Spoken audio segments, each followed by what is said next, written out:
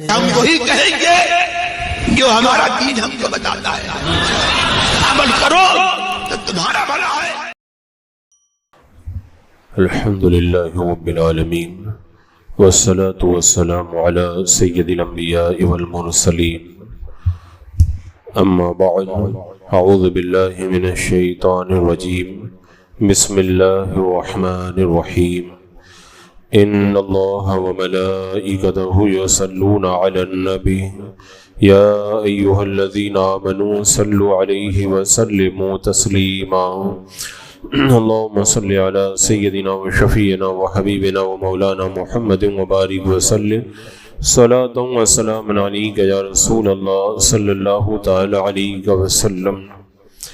إن الله عالم غيب السماوات والأرض إنه عليم بذات الصدور، بے شک اللہ جاننے والا ہے آسمان اور زمین کی ہر چھپی بات کا، بے شک وہ دلوں کی بات جانتا ہے۔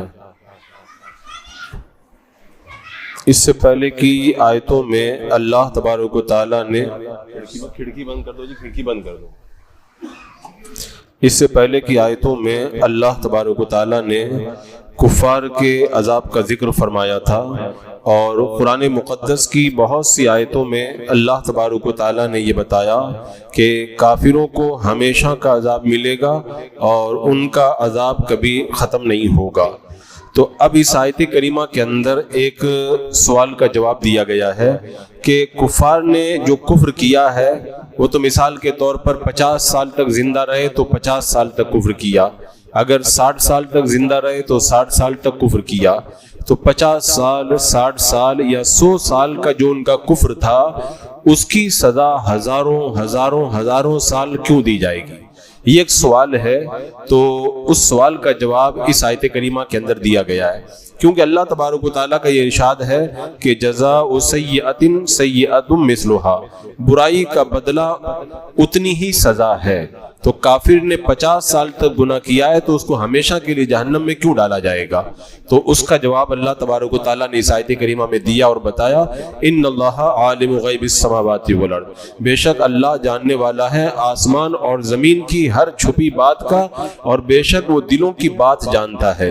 یعنی اللہ تبارک و تعالیٰ نے بتا دیا کہ مجھے سب معلوم ہے، مجھے سب معلوم ہے، اور اللہ کو یہ معلوم ہے کہ کافروں کو دوبارہ بھی اگر دنیا میں بھیج دیا جائے تو دوبارہ کفر کریں گے، پھر آئیں گے کہیں گے اللہ اب ہم کفر نہیں کریں گے، پھر دوبارہ دنیا میں بھیج دیا جائے تب بھی وہ کفر ہی کریں گے، جیسا کہ اللہ تعالیٰ نے فرمایا وَلَوْ رُدُّوا لَعَادُوا لِمَا نُهُوا عَنْهُ وَإِنَّهُمْ لَكَاذِبُونَ، اگر ان کافروں کو دنیا میں لوٹایا گیا تو یہ پھر وہی کام کریں گے جن کاموں سے ان کو منع کیا گیا تھا۔ تو رب نے فرمایا بہت بڑے جھوٹے ہیں یہ۔ تو کافر نے کیا تو 50 سال تک جرم ہے، لیکن اللہ تعالیٰ آسمان اور زمین کی ساری باتوں کو جانتا ہے اور دلوں کی باتوں کو بھی جانتا ہے۔ اللہ کو یہ معلوم ہے یہ ہمیشہ یہ جرم کرے گا، اس لیے اللہ تبارک و تعالیٰ نے انہیں ہمیشہ کے لیے جہنم کے اندر ڈال دیا ہے۔ اور ایک جواب اس کا یہ بھی ہے کہ کافروں نے اگرچہ کفر تو کچھ دنوں کے لیے کیا تھا، مثال کے طور پر 50 سال زندہ رہے تو 50 سال تک کیا، لیکن ان کی نیت تھی ہمیشہ کفر کرنے کی۔ اگر بالفرض وہ اگر 1000 سال زندہ رہتے تو 1000 سال تک یہی کام کرتے، اگر 50,000 سال زندہ رہتے تو تب بھی وہ یہی کام کرتے۔ تو اللہ تعالیٰ عالم الغیب و شہادہ ہے، دلوں کے حالات کو جانتا ہے، اللہ کو یہ معلوم ہے ان کی نیت ہمیشہ کفر کی ہے، اس لیے اللہ تبارک و تعالیٰ ان کو دائمی جہنم کے اندر عذاب دے گا۔ تو اسی کا ذکر اس آیت کریمہ کے اندر فرمایا گیا، اور اس کے بعد میں ارشاد ہوا هو الذي جعلكم خلائف في الأرض فمن كفر فعليه كفره ولا يزيد الكافرين كفرهم عند ربهم إلا مقتا ولا يزيد الكافرين كفرهم إلا خسارا۔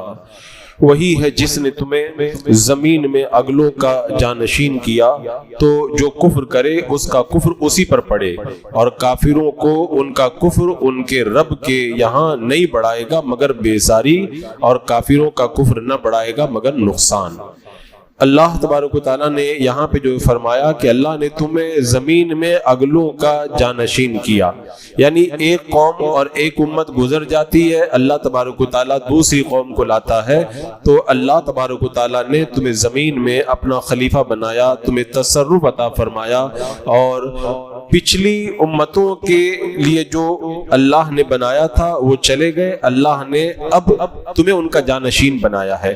اب سیدھی سی بات ہے، اگر ہم سے پہلے کوئی غلط کام کرے اور سزا پائے تو بعد میں آنے والا اگر ہوشیار ہوگا اور اس کی سزا کو دیکھے گا تو کبھی بھی وہ کام نہیں کرے گا، جو بیوقوف ہوگا پھر وہی وہ کام کرے گا۔ تو جیسے آپ نے دیکھا ہوگا، اگر دانہ ڈالا جائے اور جال بچھا دیا جائے تو اس جال کے اندر اگر ایک پرندہ پھنس جائے تو دوسرا اگر ہوشیار ہوگا تو جال کے پاس میں نہیں جائے گا، لیکن جو نادان ہوگا وہ پھر بار بار جائے گا، ایک ایک کر کے اس کے اندر پھنستا چلا جائے گا۔ بلا تشبیہ و بلا تمثیل ہم سے پہلے امتیں گزر گئیں، اللہ نے ہم کو ان کا خلیفہ بنایا، ہمارے بعد میں اللہ نے ہمیں ان کے مکان دیے، ان کے مال و دولت دیے، سب کچھ دیا۔ اب اگر ہم وہی کام کریں گے جو انہوں نے کیا تو ہمیں بھی وہی سزا ملے گی جو ان کو سزا ملی تھی۔ تو عقل مندوں کو چاہیے کہ ان کو دیکھ کر کے نصیحت حاصل کرے اور وہ کام نہ کرے جن کی وجہ سے وہ لوگ عذاب کے اندر گرفتار کیے گئے تھے۔ اور رب نے یہاں پر یہ فرمایا کہ کافروں کا جو کفر ہے، وہ جو کفر کرتے ہیں ان کے کفر کا وبال انہی پر پڑتا ہے۔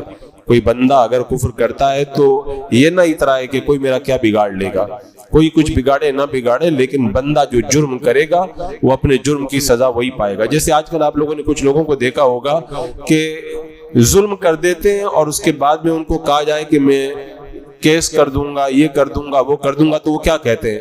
وہ کہتے ہیں تم کر لو، میرے بھی بڑے تعلقات ہیں، میں بھی دیکھ لوں گا۔ تو بندہ ایسا اپنا تصور بنا کر کے رکھتا ہے کہ میرا کوئی کیا بگاڑ پائے گا، تو اس کو یہ نہیں معلوم ہے کہ کوئی بگاڑ پائے یا نہ بگاڑ پائے، غلط کام کا جو انجام ہوتا ہے وہ خود اس غلطی کرنے والوں کو بھگتنا ہی پڑتا ہے۔ تو کافروں کے کفر کا وبال انہی کے اوپر پڑے گا۔ اور پھر اللہ نے آگے یہ فرمایا کہ ان کا کفر ان کے رب کے یہاں نہیں بڑھائے گا مگر بیزاری، اور کافروں کا کفر نہ بڑھائے گا مگر نقصان۔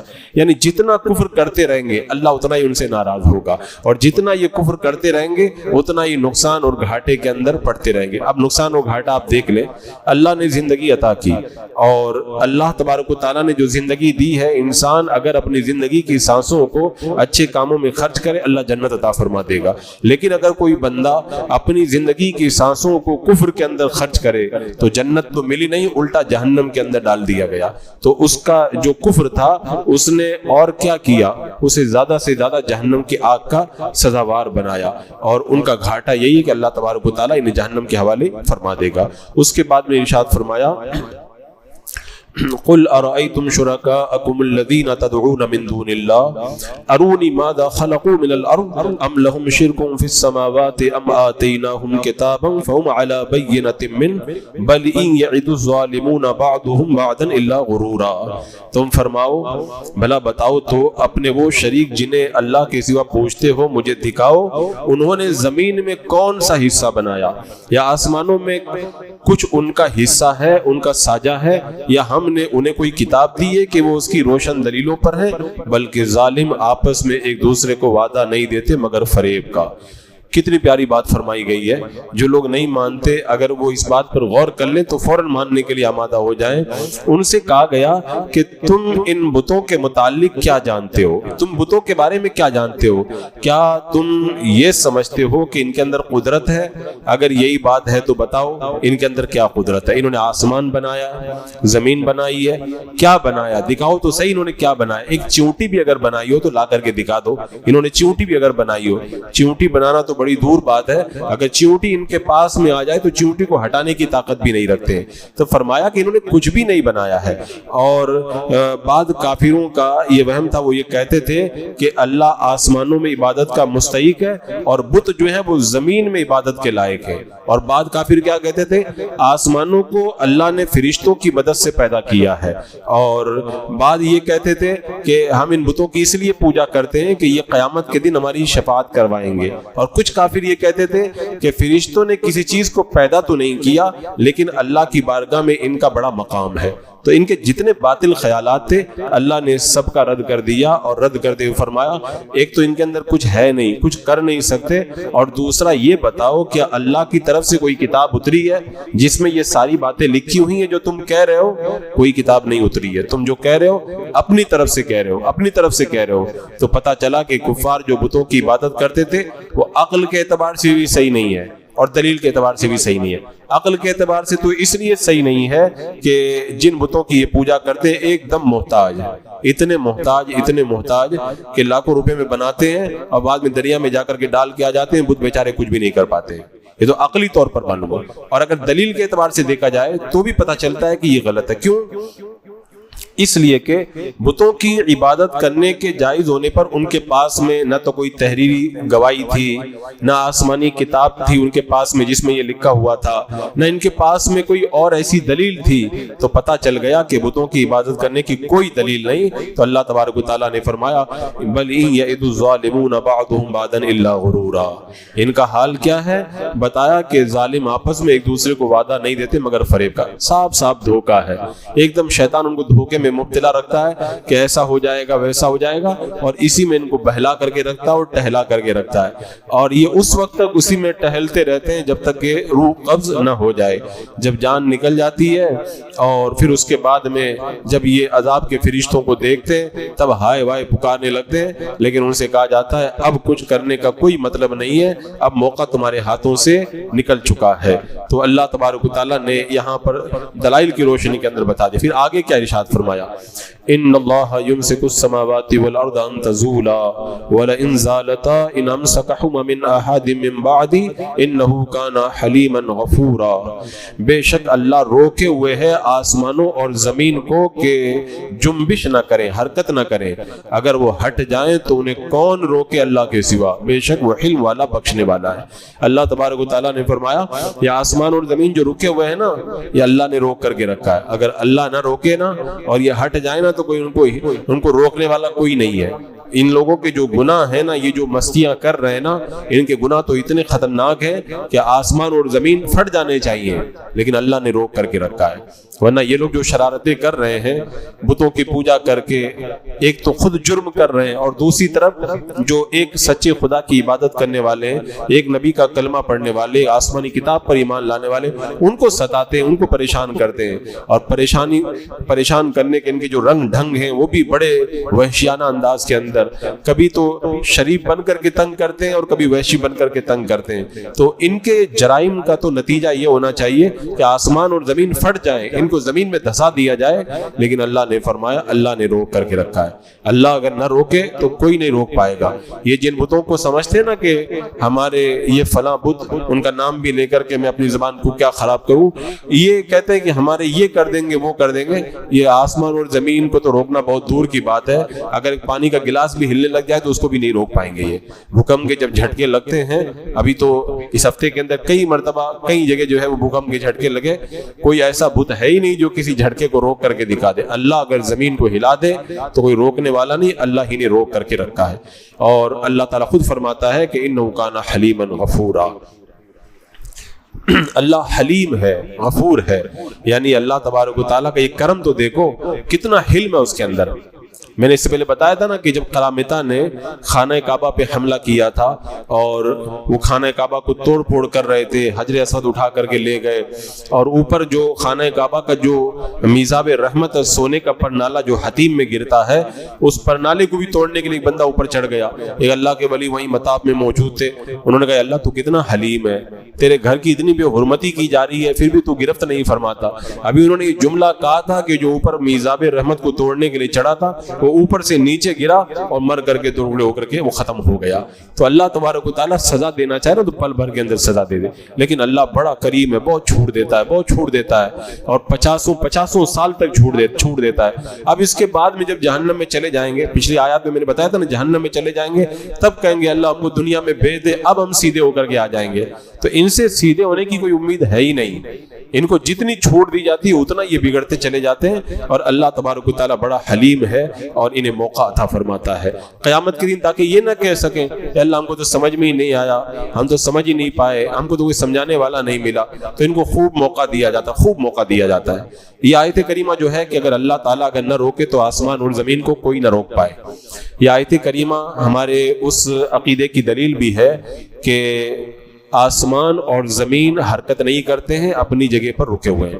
موجودہ سائنس یہ کہتی ہے کہ آسمان اور یہ زمین جو ہے یہ حرکت کے اندر ہے اور زمین حرکت کرتی ہے, اور جب مسلمان اپنا عقیدہ بیان کرتے ہیں قرآن و سنت کی روشنی میں تو وہ اس کا بڑا مذاق اڑاتے ہیں. اور آج کل جو کچھ نام کے علماء ہیں وہ سائنس سے بڑا ڈر جاتے ہیں, مروب ہو جاتے ہیں, اور سائنس کی ہاں میں ہاں ملانا شروع کر دیتے ہیں.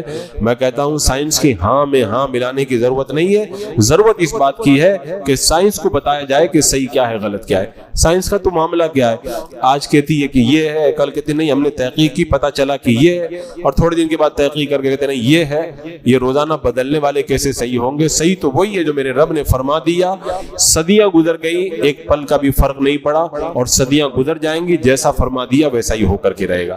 اسی لیے ایک اسلامی اسٹڈی کرنے والے اور سائنس دونوں پہ نظر رکھنے والے نے کہا تھا کہ سائنس زمین پر رہ کر کے کبھی ثابت کر ہی نہیں سکتی کہ زمین حرکت کرتی ہے, اور زمین سے اوپر جا کر کے وہ کیا ثابت کر پائیں گے. پھر اس کے بعد میں رب نے ارشاد فرمایا وَأَقْسَمُوا بِاللَّهِ جَهْدَ أَيْمَانِهِمْ لَئِنْ جَاءَهُمْ نَذِيرٌ لَيَكُونُنَّ أَهْدَىٰ مِنْ إِحْدَى الْأُمَمِ فَلَمَّا جَاءَهُمْ نَذِيرٌ مَّا زَادَهُمْ إِلَّا نُفُورًا. اور انہوں نے اللہ کی قسم کھائی اپنی قسموں میں حد کی کوشش سے کہ اگر ان کے پاس کوئی ڈر سنانے والا آیا تو وہ ضرور کسی نہ کسی گروہ سے زیادہ راہ پر ہوں گے.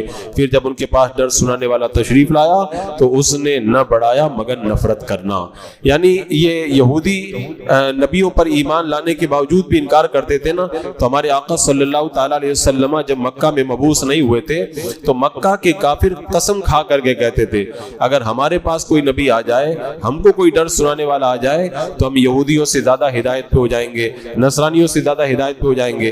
وہ ایسے قسمیں کھایا کرتے تھے. لیکن جب میرے آقا ان کے درمیان تشریف لائے تو آپ کے آنے کے بعد وہ ہدایت سے دور ہو گئے, تو اللہ تبارک و تعالیٰ پر ایمان بھی نہیں لائے اور تکبر بھی کرنے لگے. تو اللہ تبارک و تعالیٰ نے فرمایا پہلے تو یہ کہتے تھے کہ اگر ہمارے پاس نبی آ جائے تو ہم تو مان جائیں گے, ہدایت پہ آ جائیں گے, اور جب نبی آ گیا تو اس کے بعد میں یہ لوگ ماننے کے لیے آمادہ نہیں ہوتے. اور یہ ہر دھرموں کا یہ طریقہ ہوتا ہے, جب نہیں ہوتا ہے نا تب کہتے ہیں کہ ایسا ہو جائے گا تو میں ایسا کر لوں گا, اور جب ہو جاتا ہے تو پھر وہ جیسے آپ لوگ اپنے آپ کی مثال میں بھی دیکھ سکتے ہیں. کچھ لوگوں کو دیکھا گیا ہے جب غریب ہوتے ہیں مالداروں کو دیکھتے ہیں تو کہتے ہیں کہ اس کے پاس میں لاکھوں کروڑوں روپیہ ہے, اگر میرے پاس تو 1 لاکھ روپیہ بھی آ جائے نا تو 50,000 روپیہ میں اللہ کی راہ میں صدقہ کر دوں. نہیں ہے اس لیے کہتا ہے. اور جب 2-4 لاکھ روپے کما لیتا ہے, زکوٰۃ نکالنے کی باری آتی ہے تب بھی دل اوپر نیچے ہوتا ہے کہ کیسے زکوٰۃ نکالوں.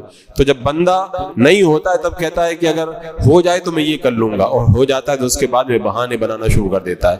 تو اللہ تبارک و تعالیٰ نے ان کافروں کے بارے میں یہ ارشاد فرمایا کہ جب نبی نہیں آئے تھے تب تو قسمیں کھا کے پکی قسمیں کھاتے تھے کہ ہم تو ضرور ان پر ایمان لے آئیں گے, اور جب نبی آ گئے تو کیا ہو گیا ما زادهم الا نفورا, اور نفرت ہی ان کی بڑھی. یعنی جو جتنا تھا اس سے اور نفرت کے اندر یہ لوگ بڑھ گئے, ہدایت کی طرف مائل نہ ہوئے. یہاں پر جو یہ آیت کریمہ پڑھی گئی ہے, اللہ تعالیٰ اگر نہ روکے تو آسمان اور زمین کو کوئی روکنے والا نہیں. اس سلسلے میں ایک روایت ہے, ایک آدمی قتل کے کیس کے اندر پکڑا گیا تو اس کو پھانسی کا حکم ہونے والا تھا, تو اسے روزانہ ہر وقت یہی فکر رہتی تھی کہ میں کیا کروں. ایک دن خواب میں سرکار دو عالم صلی اللہ تعالیٰ علیہ وسلم کا دیدار کیا. میرے آقا صلی اللہ تعالیٰ علیہ وسلم نے ارشاد فرمایا اس آیت کریمہ کی تلاوت کرو, یہی ان اللہ یمسک السماوات والارض ان تزولا, یہ جو آیت کریمہ بھی آپ نے سماعت کی. فرمایا کہ تم اس آیت کریمہ کو پڑھتے رہو, تمہاری نجات ہو جائے گی. انہوں نے عرض کی یا رسول اللہ کتنی بار پڑھوں؟ میرے آقا صلی اللہ تعالیٰ علیہ وسلم نے ارشاد فرمایا 400 بار پڑھو. اس نے پڑھنا شروع کیا, 20 دن ابھی نہیں ہوئے تھے کہ اس کی رہائی کا فرمانا اس کو مل گیا. تو اس سے پتہ چلتا ہے کہ کوئی جیل میں ہو اور چھوٹنے کی کوئی راہ پیدا نہ ہو تو پھر اس آیت کریمہ کا ورد اس کے لیے بڑا فائدہ دیا کرتا ہے. فتوحات مکیہ میں صاحب کتاب فرماتے ہیں کہ ہر شہر میں ہر بستی میں ایک اللہ کا ولی ضرور ہوتا ہے، جس کی وجہ سے اللہ تعالیٰ اس شہر اور بستی کی حفاظت کرتا ہے، چاہے وہاں پہ مومن رہتے ہوں یا کافر رہتے ہوں۔ اگر اللہ کا ولی کسی بستی میں نہ ہو تو پھر اس بستی کی حالت تباہ ہو کر کے رہ جائے۔ تو اللہ تبارک و تعالیٰ نے یہ حفاظت کا انتظام کر کے رکھا ہے۔ اسی لیے شیخ عبدالعزیز دباغ رحمۃ اللہ تعالیٰ علیہ فرماتے ہیں کہ قیامت سے پہلے دنیا کا نظام مجذوبوں کے ہاتھ میں چلا جائے گا، اور مجذوبوں کے اندر وہ خدا کی محبت میں گم ہو جاتے ہیں، ان میں ہوش نہیں رہتا ہے۔ تو جب مجذوبوں کے ہاتھ میں دنیا کا نظام آئے گا پھر قیامت آ جائے گی، پھر دنیا کو لوگ سنبھال نہیں پائیں گے۔ واللہ اعلم بالصواب۔ بسم اللہ الرحمن الرحیم۔ اللہم صلی علی سیدنا مولانا محمد وبارک وسلم، صلاۃ و سلام علیک یا رسول اللہ، یا اللہ یا رحمان یا رحیم العالمین۔ اپنے محبوبین کے صدقے میں اعمال صالحہ کی توفیق عطا فرما، قرآن و سنت کے نور سے ہمارے دلوں کو معمور فرما، ایمان پہ زندگی، ایمانی پر خاتمہ نصیب فرما۔ ربنا تقبل منا انک انت السمیع العلیم وتب علینا انک انت التواب الرحیم۔ ان اللہ وملائکتہ یصلون علی النبی یا ایھا الذین آمنوا صلوا علیہ وسلموا تسلیما۔ اللہم صل علی سیدنا وشفیعنا وحبیبنا ومولانا محمد وبارک وسلم، صلاۃ و سلام علیک یا رسول اللہ۔ سبحان ربک رب العزۃ عما یصفون وسلام علی المرسلین والحمد للہ۔